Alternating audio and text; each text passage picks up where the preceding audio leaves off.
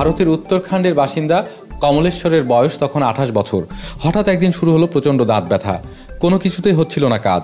একদিন লোক মুখে শুনলেন মাটি খেলে নাকি উপশম হবে ব্যথার। যেই শোনা সেই কাজ, খাওয়া শুরু করলেন মাটি। পরে দাঁত ব্যথা বন্ধ হলেও যায়নি মাটি খাওয়ার অভ্যাস। এখন তার বয়স 45। প্রতিদিন ঘুরে বেড়ান এক জায়গা থেকে আরেক জায়গায়।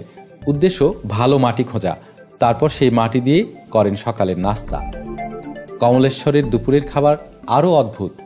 মধ্যাহ্নভোজে তিনি প্রথমে ইট গুঁড়ো করে নেন, তারপর কাদার দলার উপরে ইটের গুঁড়ো ছিটিয়ে রুটি দিয়ে আয়েশ করে খান সেই ইট মেশানো কাদা। এই খাবার খেয়ে দিব্যি খুশি কমলেশ্বর। তিনি বলেন, আমি কাদা ও ইট খেতে খুব ভালোবাসি। চাপাতি রুটির সঙ্গে খাবার জন্য এর থেকে ভালো কিছু আর নেই। অন্য কিছুই আমার খিদে মেটাতে পারে না, এমনকি সবজি ডালও না। কমলেশ্বর আরও জানান, 17 বছর ধরে কাদা ইট খেয়ে তার শরীরে কোনো সমস্যা হয়নি, এমনকি তার দাঁতের অবস্থাও বেশ ভালো। দাঁতগুলো এক ঝলক দেখিয়ে দেন তিনি। আমাদের প্রতিবেদনটি ভালো লাগলে লাইক দিন ও শেয়ার করুন। নিয়মিত আপডেট পেতে এখনই সাবস্ক্রাইব করুন।